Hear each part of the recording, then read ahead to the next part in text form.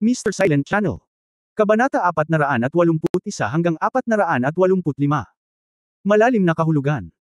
Nang hindi na hinintay na magsalita pa si Ye Fan, si Wu Yeshu ay nagmamadaling sumigaw, "Kuya." Sabi ng aking guru, "Oo." Tinanong ko ang guru at sinabi niya na hanggat gusto ko, magagawa ko ang lahat sa iyo. Ubo, ubo, ubo. Nabulunan ng laway si Ye Fan, itong palpak na multo. Ito ay masyadong kalokohan. Sinabi pa niya sa kanyang apprentice ang tungkol sa ganitong bagay. Gayunpaman, ito ay naaayon din sa estilo ng taong ito. Ito ay magulo, at hindi niya pinapansin ang mga secular na etikal na bagay na ito. Pero ako, napakahusay ko. Pinag-aralan ko itong mabuti. Hindi ito teknikal na problema, nakangiting ngumiti si Ye Fan, hindi na ako tulad ng dati, ayoko na. Ang pagtrato sa iyo bilang uri ng babae na naglalaro lang, kahit na may mangyari sa atin, at least kailangan nating magkaroon ng emosyonal na pundasyon. At may asawa na ako, kaya, sa bagay na ito, mas maingat ako kaysa dati. Sinubukan ni Ye Fan ang kanyang makakaya na patigilan si Wu Yeshu ang lahat ng ito, dahil medyo naghinala siya kung hanggang kailan niya makokontrol ang kanyang sarili. Narinig ito ni Wu Yeju, na puno ng lungkot ang kanyang mga mata, "Ikaw. May asawa ka na ba?" "Oo, ano ang nangyari noong nakaraang taon, kaya lang hindi pa nangyayari ang kasal," sabi ni Ye Fan. Saglit na nag-isip si Wu Yekang, at sinabing, "Kung gayon, maaari akong maging manliligaw mo, okay?" "Chong, wag na, let's go with the flow. Ilang taon na tayong hindi nagkikita, baka hindi talaga kita gusto. Baka ganyang lalaki. Hindi. Nararamdaman ko, ikaw ang hinihintay ko," sabi ni Wu Yeshu, pumikit, yumuko, at hinalikan si Ye Fan sa bibig. Hindi ito iniwasan ni Ye Fan, dahil kung itulak niya ang babae palayo, sobra siyang masasaktan. Pagkatapos ng halik, bumaba rin si Wu Yeshu kay Ye Fan at sinabing, "Kuya, hihintayin kong magustuhan mo ako, ngunit huwag mo akong hintayin ng matagal, dahil 10 taon na kitang gusto." Hindi alam ni Ye Fan kung tatawa o iiyak, ito ay sobrang pressure, siya ba ay masyadong mura, ang ganitong uri ng kagandahan ay ipinadala sa pinto ng walang bayad, at siya ay nagtulak ng 3 at 4. "Chong, labas tayo, hindi na babalik ang palpak na multo, hahanapin ko siya ng diretso," sabi ni Ye Fan. Medyo nag-aatubili si Wu Yeshu, "Gusto ko pa ring mapag-isa si kuya kahit sandali. Pero kuya, matagal mo nang hindi nakikita ang guro, kaya ihahatid na kita para hanapin siya." Hindi nagmamadali si Ye Fan, ngunit patuloy niyang sinusundan si Wu Ye. Ang pagiging mag-isa ay palaging medyo mapanganib. Lumabas ang dalawa sa opisina, at nang lumabas sila, sinabi ni Wu Ye, "Kapatid, hindi ko alam na darating ka, kung hindi ay susubukan kong tawagan ang lahat ng tao na nakatira sa labas at gumawa ng mga gawain. Lahat siguro ay umaasa na makita ka. Ikaw ang kanilang idolo." Ikanaway ni Ye Fan ang kanyang kamay, "Kalimutan mo na ito, mayroon ng higit sa 300 mamamatay sa Buffalo. Sa napakaraming tao na nagtitipon, iniisip ng Ministry of National Defense of Enamel kung ano ang iyong gagawin." Naglalakad papunta sa front desk, nakita niyang muli ang lasing na matanda, at ang binata na naglalaro lang ng sarili niya, nagtanong si Ye Fan, "Sino sila?" "Hindi sila mukhang mga mamamatay tao." Sinabi ni Wu Yeswang, "Sila ang guro ng guro at pamangkin ng guro." Bastos na guro. Natigilan si Ye Fan, may naalala, at sinabi, ang matandang ito ay si Master Visa. Si Visa, na dating isa sa nangungunang 5 super killer sa mundo, ay dating nangunguna sa mundo, pangalawa lamang sa isa sa mga maalamat na powerhouse. Siyempre, medyo iba ang edad kay Ye Fan, ngunit isa rin siyang malakas na tao sa killer world, kung hindi niya magagawang turuan ang isang disipulong tulad ni Asmodeus. Oo, pero isa lang siyang matanda na umiinom at naghahanap ng mga babae buong araw. Noong 55 taong gulang siya, malubhang nasugatan siya noong siya ay nasa misyon, at ang kanyang katawan ay may kapansanan na. Dinala siya ng guro dito para sa kanyang pagre-retiro. Sabi ni Nightwang. Tumango si Ye Fan na may damdamin. Karamihan sa mga pumatay ay walang magandang resulta.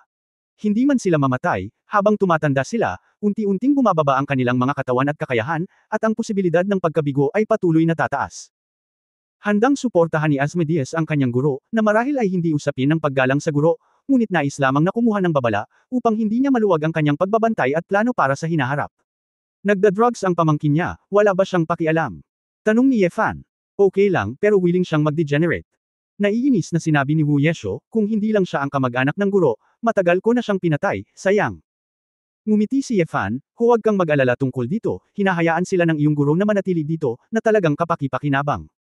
Ano ang gamit? Nagtaka si Wu Ye, "Kuya, ano ang silbi nila? Pera lang ng guro ang ginagastos nila." Napabuntong hininga si Ye Fan, kapag nakita sila ng lahat sa unyon, maaari nilang babalaan ang kanilang sarili anumang oras. Upang maging isang mamamatay tao, dapat kang maging matyaga, maingat, pinigilan, at nakatuon sa lahat ng oras. Kung hindi, ang anumang masamang pag-uugali ay gagawin ng iyong sarili na isang multo o isang multo. Bigla ulit itong sinulyapan ni Wu Yeshu. Tumango ang matanda at bata sa counter. Naglakad ang dalawa sa dalawa o tatlong kalye. Nakita ng ilang speeder at ilang thug sa gilid ng kalsada si Wu Yeshu, ngunit hindi sila nang ahas na maging walang galang. Karamihan sa kanila ay yumuko at binati siya. Hindi mapigilan ni Ye Fan na matawa, tila ang mga taong ito ay karaniwang tinuturuan ng leksyon ni Wu Yekang, ngunit natuto silang maging mabuti at hindi nang ahas na guluhin sila. Naglalakad sa malapit na maliit na parke, nakaupo sa isang lumang upuan ng isang puting lalaki na mga 1.7 metro ang taas. Sa mga kanluranin, ang tangkad na ito ay tiyak na maikli, na may buhok na kastanyes, mahaba at hindi naayos, at magugulong bangs na tumatakip sa mga mata. Tingnan ang baba, hindi nakaahit, maputlang kutis, nakasuot ng lumang berdeng jacket, ripped jeans, kahit gaano ka pa kamukha ng isang walang tirahan. Tahimik na nakaupo ang lalaki sa upuan, na may higit sa 100 delat ang karne sa tabi niya, ilang isda, ilang baboy, ilang sari-saring pagkain ng pusa at aso, at kahit ilang mumo para sa mga kalapati. Humigit kumulang 100 pusa at aso ang nakapaligid sa lalaki, kinakain ng pagkaing ibinigay nito sa kanya. Ang mga maliliit na hayop na ito ay tila pamilyar sa lalaki, at ang lalaki ay umabot sa kanila upang hawakan, ngunit hindi sila iniiwasan, at labis na nasiyahan dito. Kung hindi dahil sa makulat na pananamit at hitsura ng lalaking ito, at isang gwapong nakaupong ganito, siguradong maaakit ng eksenang ito ang puso ng maraming babae. Sloppy Ghost, mahigit 10 taon mo nang suot ang coat na ito, bakit hindi mo ito palitan? Hindi mapigilan ni Ye Fan na matawa nang makita ang damit na ito. Bagamat matagal nang nakarinig ng yabag ang lalaki, hindi siya bumangon hanggang sa marinig niya ang boses at biglang lumingon. Sa ilalim ng maroon bangs, ang maputlang berdeng mga mata, sa sandaling makita nila si Ye Fan, ang lalaking hindi matangkad ay malinaw na nanginig. Kabanata 0482 Malaking hindi pagkakaunawaan. 0482. Aking prinsipe. Tahimik na yumuko si Asmodeus, ang isang kamay ay nasa puso niya. Humakbang pasulong si Ye Fan, inabot at tinapik ang balikat ng matanda. Okay, I guess nagpapakain ka ng pusa at aso sa parke, ikaw pa rin, mas mabait ka sa pusa at aso kaysa sa tao. Ang mga sulok ng bibig ni Asmodeus ay kumaibot, at sa kanya ito ay isang ngiti. Natatakot ako na walang sinuman ang mag-iisip na ang isang kilalang killer sa mundo, isang cold-blooded assassin na pumapatay na parang pamamanhid, ay isang mapagmalasakit na miyembro ng Animal Protection Association. Bilang karagdagan sa pagtatrabaho, nagpapakain siya ng mga ligaw na aso at pusa, at nag-donate ng pera sa maraming pondo para sa proteksyon ng hayop upang makapagtayo ng maraming mga silungan ng hayop. Boss, pumunta ka talaga sa SciTech Rating Conference. Akala ko hindi ka dadalo sa Legend Summit, sabi ni Asmodeus. Nagulat si Ye Fan, Legendary Summit. Ano iyon? Nangako lang ako sa Dragon Soul na gagawa sila ng pabor at makilala kayong mga matatandang kapatid. Natarante si Asmodeus, hindi mo alam. Hindi mo ba natanggap ang liham ng imbitasyon? Si Ye Fan ay nalilito, anong liham ng paanyaya? Ipinaliwanag ni Asmodeus, dahil sa nakalipas na 5 taon, boss, pinatay mo ang itim na emperador, kaya bakante ang posisyon ng itim na emperador sa nangungunang 10 alamat. Dagdag pa, boss, 3 taon ka nang nawala, kaya sa iyo pa rin ang titulo ng Top 10 Legends, kailangan muling suriin ng SET Association. Sa kabuuan, upang muling matukoy ang pagmamayari ng nangungunang 10 alamat, kailangang magdaos ng isang Legend Summit sa kumperensya ng rating ng SciTech na ito. Sa madaling salita, ito ay upang imbitahan ang kasalukuyang nangungunang 10 alamat at ang hurado ng asosasyon na magpasya sa bagong 10 alamat ng magkasama. Sino ang malaking alamat? Akala ko nakatanggap ka ng imbitasyon, boss, kaya diretso akong lumahok, pero hindi ko inaasahan. Hindi kanila pinadalhan ng invitation letter. Ngumiti si Ye Fan, sabi ko retired na ako, ano pa ba ang pinupost nila? Sa tingin ko hindi na ako magaling, haha. Hindi yun pinansin ni Ye Fan, ngunit ang summit ay mukhang kawili-wili. Naging isa siya sa nangungunang 10 alamat 5 taon na ang nakalilipas dahil katatapos lang ng banal na digmaan, at ang kanyang prestihiyo sa mundo sa ilalim ng lupa ay umabot na sa rurok nito. Ngunit sa pagkakataong ito, tila ang lahat ay hindi masyadong malinaw, kung sino ang maaaring palitan ng itim na emperador, at kung ano ang sitwasyon ni Ye Fan, kaya kailangan ng lahat na magdaos ng isang summit.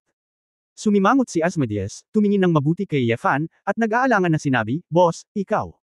Paano mo hindi maramdaman ang iyong cultivation? Bahagyang sinabi ni Ye Fan, oh, ang aking cultivation days ay inalis na, at kung hindi ako nakapagsanay ng mga panloob na kasanayan, syempre hindi mo ito mararamdaman. Ano? Nagulat si Asmodeus. Napabulalas din si Wu Yeju sa tabi niya, kuya. Ikaw, hindi mo ito nilinang. Mapait na ngumiti si Ye Fan, bakit ka nagkakaganito? Hindi ba't hindi ka nagsasanay ng mga panloob na kasanayan? Ako. Paliwanag pa ni Ye Fan, at basa ang mga mata ni Wu Yeshu at sinabi niya, hindi ka taka-taka na ngayon lang kita tinambangan, ngunit hindi ka tumugon. Akala ko hinahayaan mo ako ng kusa. It turns out, ikaw na talaga. Itinaas ni Asimontes ang kanyang ulo at bumantong hininga, boss, napapabalitang lumaban ka sa Black Emperor. Bagamat natalo ang Black Emperor, ikaw ay malubhang nasugatan at kinailangan ng magretiro. Hindi ako naniwala noon, pero hindi ko inaasahan. Talo ka talaga. Ay. Sabi ko, Sloppy Ghost, Scorpion, huwag mong gawin ito. Ako lang, si Efan ay malapit nang umiyak sa ketetawa, ano ang tawag dito? Boss, hindi mo na kailangang sabihin, alam ko na ang gagawin. Seryosong sabi ni Asmodeus, ililihim ko ito sa iyo, huwag kang mag-alala, kahit na mawala ang iyong pagtatanim, ikaw pa rin ang aming amo. Ako, si Azazel, Leviathan, Mammon, Belial, Murphy. At sa liye sa Purgatory Island, lahat ng mga kapatid na nabubuhay pa, hinding-hindi namin kayo susuko. Ikaw ang kumuha sa amin laban sa mundo at nagprotekta sa amin, ngunit ngayon, oras na namin na magkaisa at protektahan ka. Ikaw fan. Tumingin sa lalaking ito na may katwirang ekspresyon. Gusto niyang tumawa at umiyak. Ito ang ugnayan ng buhay at kamatayan. Kahit anong mangyari, hindi ka iiwan. Naisip ito ni Efan at hindi lang ito ipinaliwanag. Ngayon, maaaring magandang bigyan ng sorpresa si Asmodeus at ang iba pa. Kung iisipin, ito ay medyo kawili-wili, si Efan ay lihim na natuwa, ngunit ang kanyang mukha ay naantig, Scruffy, bilangin mo ako. Hindi kita kilala kapatid para sa wala. May sakit ako ngayon, kaya sa pagkakataong ito, gusto kong hilingin sa iyo na magpadala ng ilang tao upang tulungan akong gumawa ng isang bagay. Maaari mong sabihin ang anumang gusto mo, boss. Si Asmodeus ay prangka. Umiling si Efan, walang pagpatay, ipinapangako kong tutulungan ko si Murphy na sakupin ang delegasyon ng Dragon Soul sa pagkakataong ito, at siya nga pala, tingnan kung mayroon sa delegasyon. Ang kaina-hinalang Taxil, maaari mo akong padalhan ng ilang matatalinong tao, at maaari akong manguna. Asmodeus said unexpected, ganito pala, walang problema, bigyan mo ako ng isang gabi para maghanda. Efan nodang, hindi ako nag-aalala tungkol sa iyong trabaho, ngayon ay nagugutom na ako, kumain na tayo, mayroon bang restaurant kung saan ka makakain sa lugar na ito ng multo? Hindi, maikling sagot ni Asmodeus, dadalhin ko ang amo sa malayong lugar para kumain. Si Efan ay hindi maaaring tumawa o umiyak, ang hamak na ito ay mahilig manirahan sa isang lugar na parang basurahan, at hayaan siyang maging palpak. Ang pagpunta sa tumira sa ilang mataas na lugar ay talagang wala sa lugar. Habang naglalakad silang tatlo hanggang sa restaurant, sinabi ni Asmodeus, Boss, plano kong magpadala ng ilang tao upang protektahan ang iyong kaligtasan, kahit na hindi alam ng labas ng mundo ang iyong tunay na sitwasyon. Walang dapat maglakas loob na salakayin ka, ngunit pagkatapos ng lahat, mayroon kang maraming mga kaaway, at kung ikaw ay tinatarget, palaging mas mahusay na mag-ingat laban dito. Mataimtim na tumango si Efan, oo, ang pagkakataong ito ay talagang medyo mali, ang palpak na multo na iyon, magpadala ng ilang makapangyarihan upang protektahan ako. Nilingon ni Asmodeus ang nag-iisang disipulo, Chong, kumuha ka ng isang tao para protektahan ang amo. Nang marinig ito, natuwa si Wu Yesho, at agad na tumango, oo. Guru, biglang lumaki ang ulo ni Efan. Kung alam niyang si Wu Yesho yun, hindi siya papayag. Gayunpaman, nang makitang napakasaya ni Wu Yesho, hindi makayanan ni Efan na tumanggi. Hanggang sa mga 10:00 ng gabi ay nagpaalam si Efan sa master at apprentice ni Asmodeus at bumalik sa hotel. Habang pinapanood ang pag-alis ng taxi ni Efan, ang mga mata ni Asmodeus ay may bakas ng kalungkutan. Fuck, pupunta ka doon bukas ng umaga, hayaan ang lahat na magpakita ng paggalang, at huwag istorbohin ang amo at hipag. Alam din ni Asmodeus na may asawa na si Efan. Tumango si Wu Yeshu, oo, guro, pagkatapos ay maghahanda ako ngayon. Sige po. Ang figure ni Wu Yeshu ay mabilis na naglaho sa madilim na gabi, na parang multo. Chapter 0483 Maaari ba itong maging pareho? Maya-maya, inilabas ni Asmodeus ang isang lumang itim na cellphone at nag-dial ng numero. Matapos makonekta ang tawag, isang magaspang na boses ang nagmula roon, Scruffy, bakit mo ako hinahanap ng huli? Narinig mo ba ang tungkol sa boss, sabi ni Asmodeus. Boss? Haha, nakita mo na ba si boss? Nakangiting sabi ni Azazel, kakatawag ko lang sa boss kahapon, at dumating si boss sa SciTech Rating Conference. Aalis din ako mamayang gabi. Pagdating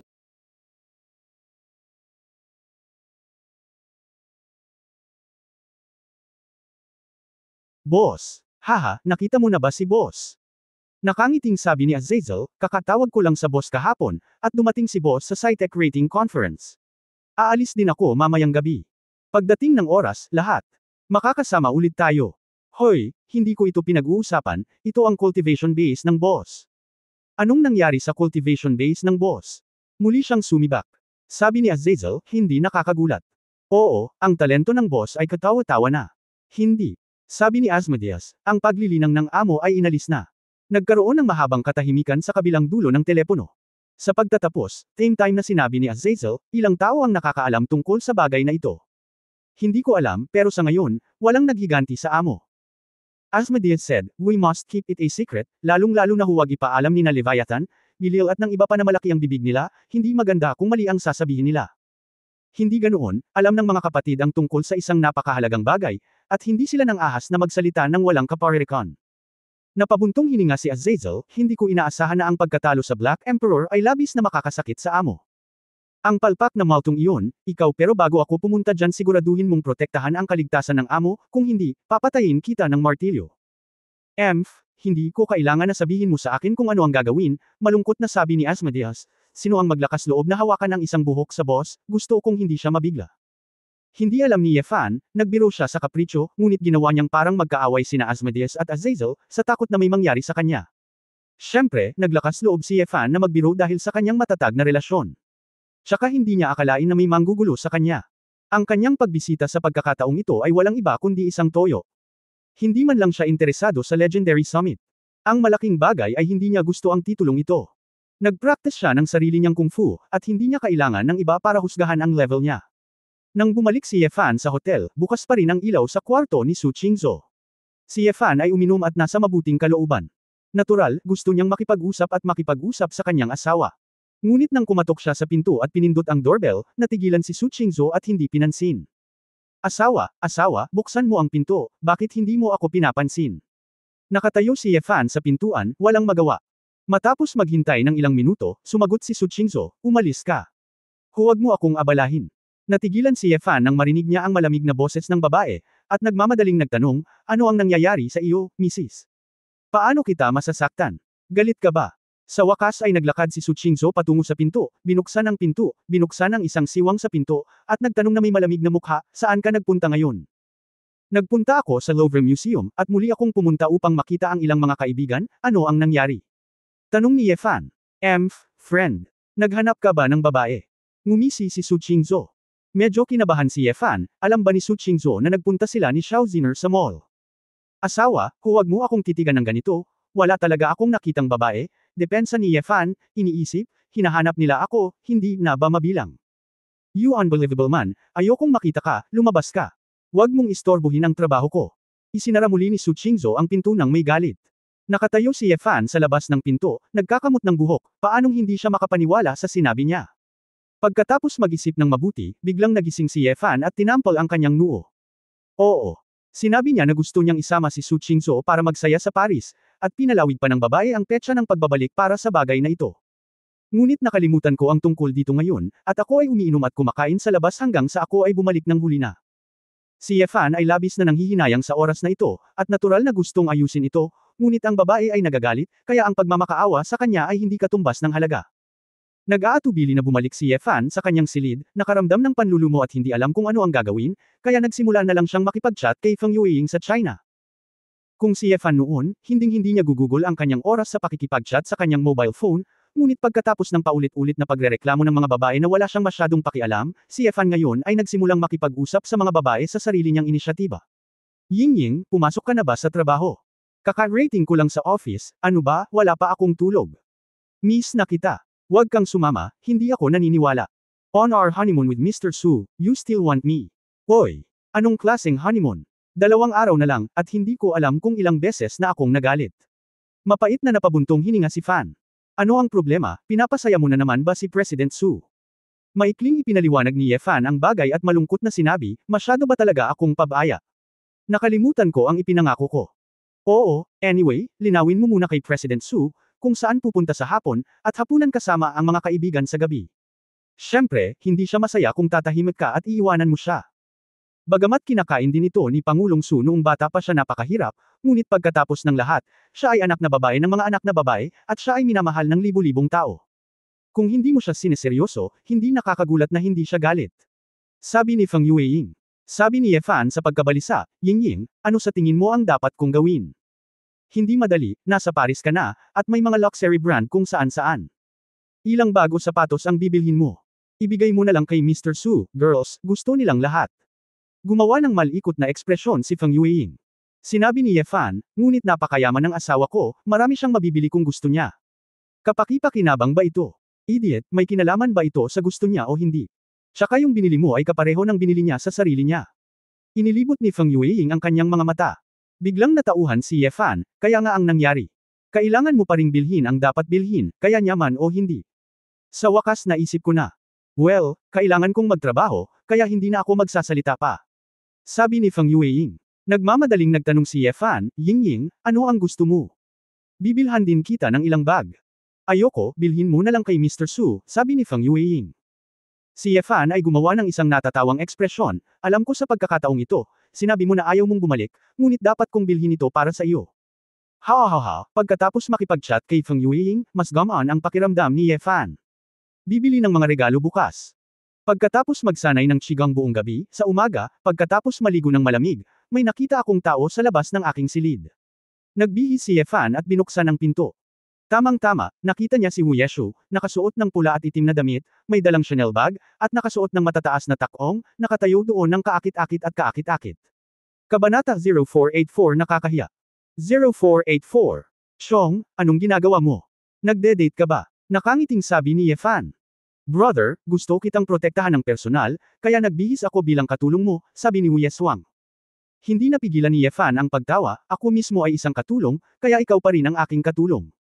Halika, sasabihin ko sa aking asawa, ikaw ang aking Diyos na kapatid. Nang marinig ito ni Wu Yekang, namula ang kanyang mukha, at bigla niyang ibinaba ang kanyang ulo at sinabi sa wikang Chinese, Kuya, gusto mo bang gawin? Ate. Para sa isang world-class killer, stealth, concealment, assassination, lahat ng uri ng kasanayan ay dapat pag-aralan. At ang pag-alam sa iba't ibang mga wika ay kadalasang maaaring gawing mga hanyanggo ang mga pumatay. Kaya naman, hindi nagulat si Ye Fan na marunong magsalita ng Chinese si Wu Yekang, ngunit alam pa nga ng batang babae ang dobleng kahulugan ng salitang, tuyo, at ginamit niya ito ng napakahusay kaya natahimik si Ye Fan. Natigilan si Ye Fan saglit, pagkatapos ay inabot niya at tinusok ang noo ni Wu Yeshu, ikaw babae, napaka-imaginative mo. Huwag mo akong paglaruan, alam mo ang ibig kong sabihin. Si Wu Yekang ay pinagsabihan ni Ye Fan at sinaksak sa noo. Imbes na malungkot ay labis siyang natuwa at naramdaman niyang sobrang close ang dalawa. Naiintindihan ko kuya, hindi ko na ito pag-uusapan sa hinaharap, kung gayon ako ang iyong Diyos na kapatid na babae ngayon.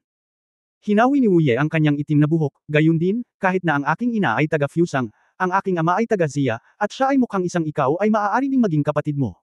Ngumiti si Ye Fan at sinabing, nasuri mo na ba ang iyong background? Naaalala ko na wala kang alam noong bata ka pa, tama. Noong sinundo ka ni Asmodeus mula sa tabing kalsada noong taglamig na iyon, wala kang naalala. Akala ko isa kang hanggal na babae. Saglit na natahimik si Wu Yeshu, at nag-aatubili ng ngumiti, na para bang may naaalalang hindi kasiya siya, at mabilis na binago ang paksa, Kuya, saan tayo pupunta? Sabi ng teacher na paprotektahan kita kahit saan ka magpunta, kung ayaw mo. Ipinakikita ko ang aking mukha, at kaya kitang protektahan ng palihim. Tuwang-tuwang sinabi ni Ye Fan, ang ganda-ganda mong bihisan, hindi ba sayang kung protektahan mo ako ng palihim? Okay, sumunod ka lang sa akin, mag-aalmusal ako ngayon, at pagkatapos ay mamili para bumili ng ilang mga pambabaeng bag at sapatos, damit. Napakurap si Wu Yekang, Kuya, gusto mo bang bigyan ng regalo ang iyong asawa? Hoy, paano mo nahulaan?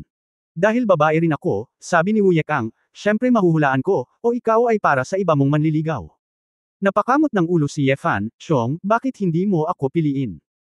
Hindi ko talaga alam ang mga istilong gusto ng mga babae. Sinabi ni Wu Yeswang, kapatid, kung hindi mo alam kung ano ang pipiliin, maaari kang bumili ng lahat ng uri ng mga estilo, hindi ba ito ay mabuti? At saka, bilang ikaw, bakit mo gustong bumili, at hayaan ang mga kumpanya ng luxury goods na ilagay ang lahat ng mga pinakabagong produkto ng direkta? Dalhin mo lang ito sa iyo. Napakurap si Ye Fan, oo. Paano ko makakalimutan, hahayaan ko ang matandang Pino na ihatid ang lahat ng gamit ng kumpanya nila. Biglang napangiti si Wu Yeshu, ang kanyang magagandang mata ay naging magagandang buwan ng gasuklay, Kuya, bigla kong nalaman na wala ka talagang hangin. Ang cute mo. Sa ganoong katayuan, gusto mo pa ring pumunta sa tindahan at gumastos ng parehong pera tulad ng mga ordinaryong tao. Sabihin mo lang, ang nangungunang luxury brand company sa mundo, hindi ba lahat kayo ay masira ang inyong anit at gusto kayong padalhan ng ilang sasakyan? Kinawean ni Ye Fan ang kanyang kamay, wala akong anumang pagpapanggap, ang lahat ng iyong mga guro, kailangan nilang igalang ako bilang isang hari o ano paman, ayaw kong tawaging Lucifer, o ang hari ng impyerno. Gayunpaman, ang mga luxury brand sa buong mundo ay kumukuha ng, ito ay medyo sobra, mas mabuting hayaan ko ang lumang Pino na magpadala ng ilan, hindi ka masyadong matako, di ba? Tumango si Wu Yeshu, kuya, ikaw ang may huling say. Naramdaman ni Ye Fan na neresolba na ang usapin ng regalo, at siya ay nasa mabuting kalooban, kaya't nagsuot siya ng kanyang damit at bumaba para mag-almusal kasama si Wu Yeshu. Habang kumakain ng buffet, tinawagan ko ang matandang Pino. Mabilis na nakonekta ang tawag, at doon nagmula ang nagulat na boses ng matandang Pino, "My prince, I'm looking forward to your call. I didn't expect you to contact me." Si Ye Fan ay kumagat ng mansanas at nagtanong, "Matandang Pino, bakit mo hinihintay ang tawag ko? Alam kong malapit nang magbukas ang napakahalagang Seth Rating Conference sa Underground World. Isa kang legendary powerhouse. I think dapat dumalo ka, tapos hindi ka pupunta sa Europe." "Well, I'm looking forward to see you with my son," sabi ng matandang Pino. Sinabi ni Ye Fan, "Oh, hindi pa ba ako nakilala ng anak mo?" "Oo, ito ay isang malaking pagkukulang ng aking anak, siya ay naghihintay na makita ka, at salamat ng personal sa iyong proteksyon sa aming Pinolt na pamilya." Sabi ng matandang Pinolt. Naisip ito ni Ye Fan at sinabing, "Kung gayon, nagpaplano akong pumili ng isang batch ng mga bag, damit, sapatos, at iba pa. Ng mga babae na ibibigay sa aking asawa, wala ka bang Gucci, Bottega Veneta at Street Roland ay maraming tatak ng mga bagay, binibigyan mo ako ng isang buong bagong batch. Gusto kong ipadala ang aking asawa, nga pala, sabay tayong mag-lunch." Nang marinig ito ni Pino, dali-dali siyang sumang-ayon, ito ay isang karangalan. "Ang iyong asawa ay maaaring magpahanga sa aming mga produkto, ito ay aming swerte sa tatlong buhay. Dear Wang, nasaan na kayo ng iyong asawa, ihahatid namin kaagad ang mga gamit." Nagsalita si Ye Fan tungkol sa hotel at tinanong si Olv Pino kung may oras siya. Sumang-ayon, sinasabing walang problema, kaya sumama sa kanya si Ye Fan. Dahil pupuntahan ni Su Qingzhou ang mga partner mula sa dalawang branch sa umaga, totoo na hindi siya bumalik sa hotel hanggang tanghali, kaya hindi nagmamadali si Ye Fan. Naglakad-lakad kasama si Wu Yeshu sa malapit. Bumili ng inumin ang dalawa at nagkwentuhan habang naglalakad sa Champs-Élysées. "Zuan, nakalimutan kong itanong kahapon, Buffalo is now everything went well." Bagaman hindi ito pinansin ni Ye Fan, inaalala pa rin niya ang kasalukuyang sitwasyon ng kanyang mga kapatid. Tumango si Wu Yeshu at sinabing, "Ang turnover ay tumataas taon-taon, ngunit napakaraming mamamatay tao ang gustong sumama sa amin, kaya mahigpit naming kinokontrol ang threshold ng pagtanggap ng mga mamamatay tao, at mas kaunti ang mga bagong miyembro sa nakalipas na 2 taon.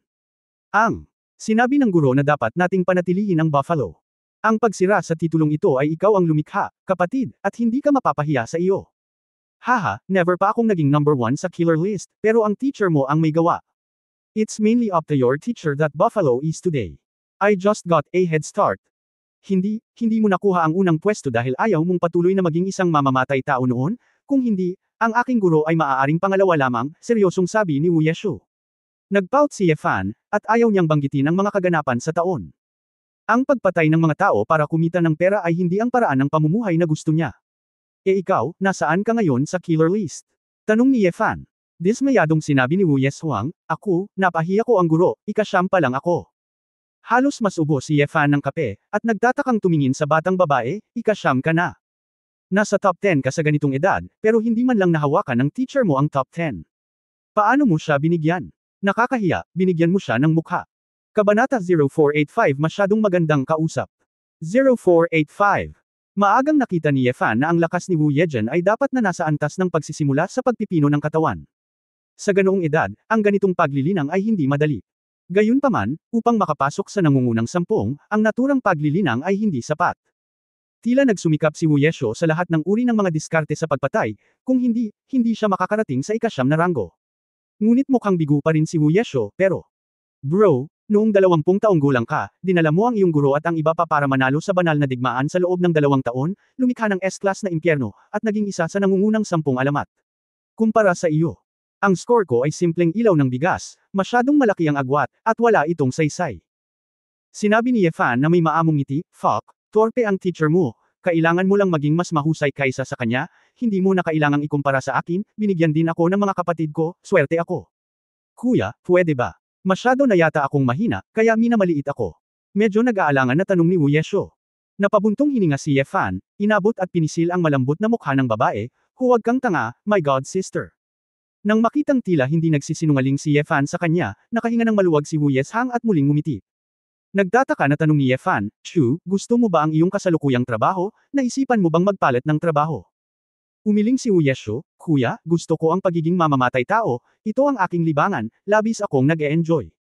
Natahimik si Yefan saglit, ang babaeng ito ay talagang kapareho ng ugali ng isang palpak na multo.